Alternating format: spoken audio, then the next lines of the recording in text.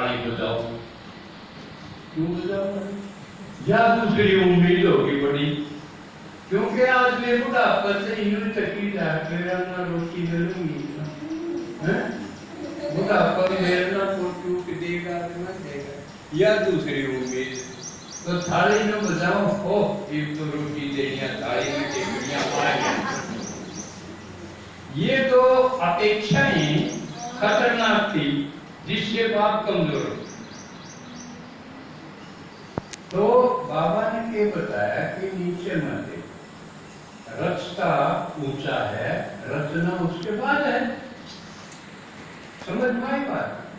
औलाद तो पैदा हुआ है उसने, तो उससे अपेक्षाएं न रखो, उम्मीद मत रखो, ये कमजोरी का कारण। तो उम्मीद किससे रखे?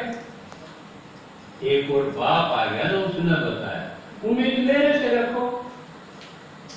तुम्हारा हक है, बाप की प्रॉपर्टी पर हक है, और मेरे दिशा तो कोई संपन्न है नहीं। मैं दाता हूँ, सारी दुनिया मांगती है मेरे से, तुम मेरे बच्चे हो।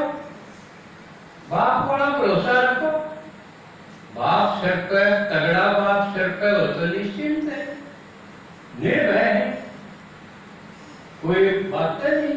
मेरा बाप है, इतना बड़ा है, इतना भरपूर है, सागर है हर चीज का। तो यहाँ निश्चय की जरूरत पड़ेगी। तो एक बाप तो लौकिक बाप जिसको कहा जो पूरी कल्प मिलता रहता है हर जगह, उसकी हालत खस्ता होती जाती है। और क्यों होती जाए उसके कारण बता दिए कि वो अपने करना से उम्मीद रखते। समझ में आई बात? ये बड़े क्या त्रेता, सतयुग त्रेता तक तो युग है, ये तो चाली भी जाएगा। द्वापर से एक बाप की और जरूरत पड़ी। क्यों पड़ी? द्वापर से घटती कला है, दुखी होने लगे, विकारों की प्रतिष्ठा होगी। तो उस वक्त देख लिया इस लौकिक बाप के बस की है समस्या को, इसी समस्या लागी जो लौकिक बाप के बस की नहीं थी। क्यों लौकिक के बस की थी? वो तो अपना पूरा जोर लगा था। अब मैंने सारी समस्या दूर कर दी बच्चों की, परिवार। लेकिन देख लिया ये कई समस्या ऐसी हैं जो इस बात से बस की कोई भाई अपने इस पर।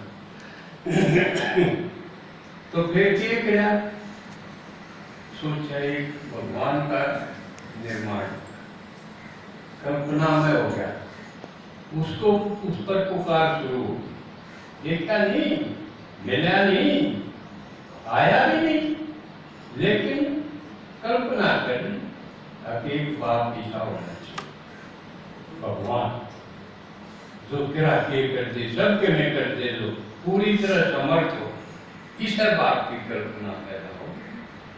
तो एक ढंग से एक तो लोग खाए, द्वापर दूसरा बाप और क्रिएट हो गया। लेकिन वो इतना तगड़ा भारा हो गया, लेकिन वो दिक्कत तो मिला नहीं। तो उसके बारे में तरह तरह की विचारधारा और क्रांतियां पैदा हो। कोई में कर दे, कोई दूसरे बता दे, कोई सर्वव्यापी बता दे, कोई कुछ बता दे, वो उड़ जाएगा।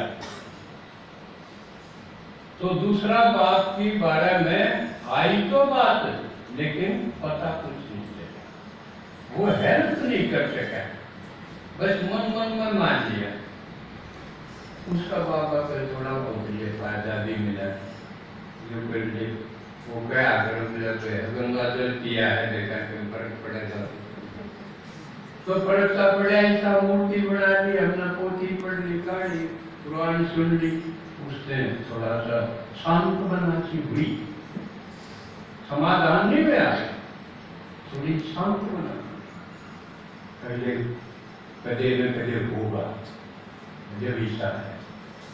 लेकिन दो बात चलते रहे, एक से भक्ति पैदा होगी, एक उच्चा ले रहा था, कमजोर हो रहा था।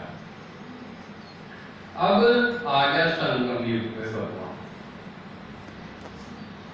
अब भगवान आ गया, उसने अपने बारे में बता दीजिए कि मैं संपन्न हूँ, सागर हूँ हर चीज का, अर्थात जेल का किराया हूँ, सारी सब समस्या का हल मेरे पास है।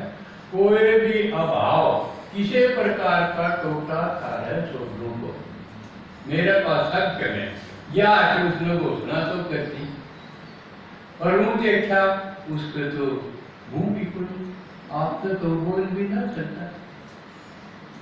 अब क्या करें, दूसरा आदमी का सहारा लेना पड़ा, ब्रह्मा का सहारा लेना पड़ा। इसके मुंह से बोले अब भगवान का फायदा क्यों करने लगे? भगवान भरपूर है और आप सब बच्चे भी हो। अगर भरपूर है उसका फायदा अगर हमने मिल जाओ, चिंता और बहर दुख रह सके, बिल्कुल नजदीक भी को नहीं फटके।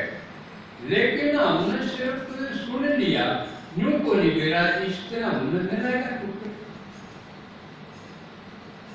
जुकर कोई जुकर दवाई दूध पीवांगे मैं ले लो, मैं तो नहीं खड़ी है, हैं? ओस भी रही है, रिंग है, लेकिन आधार कार्ड नहीं ना, पी लेगा वो दूध। तो वो जानकार हिसाब बनाना पड़ेगा जिसने आधार कार्ड नहीं आती हो। तो बीच में एक और लेना जरूरी हो गया ना, तो भगवान भी किसी काम करना, बेशक कितना भाया हो, कितना सागर हो, सूरज हो, सब क्या का भंडार हो, लेकिन जब तक कोई उस पर दीवानिया ना होगा। इसलिए एक लाइन सुनिए सतगुरु मिला दलाल के रूप, बीच में एक आदमी चाहिए जो उसका जुआना जानता हो। समझ में वो बहुत जरूरी है। पहला बाप भी बहुत जरूरी है कि उस बिना तो इस दुनिया में कोई नहीं आया जाए। दूसरा भगवान है, वो सब क्या का समाधान है, वो भी बहुत जरूरी है। उस बिना तो गिरावट नहीं जाएगी। उठाए कौन, संभलाए कौन, वो भी कितना जरूरी है। और फिर तीसरा भी बहुत जरूरी है कि वो दुआ सके।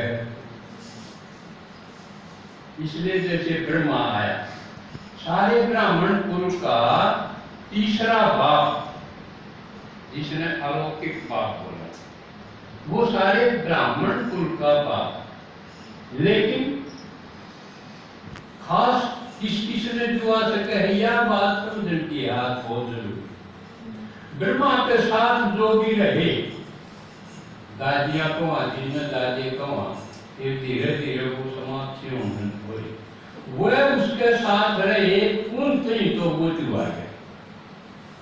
लेकिन जिसने जो देखा है नहीं, जिसके नजदीक रहे नहीं, पालना ली नहीं, उनके दुआ देगा।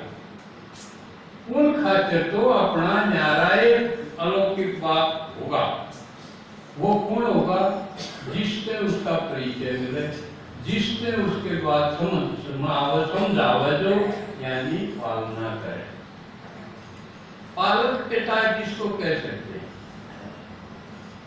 इसमें एक और बात समझ लो नहीं कि एकदम कोई आदमी ना बोले तब समझाया न, निश्चय बैठाया न, कि मैं तैयारी करी नहीं और कदे वो बाप बैठे ना, जिससे बात नहीं बनेगी।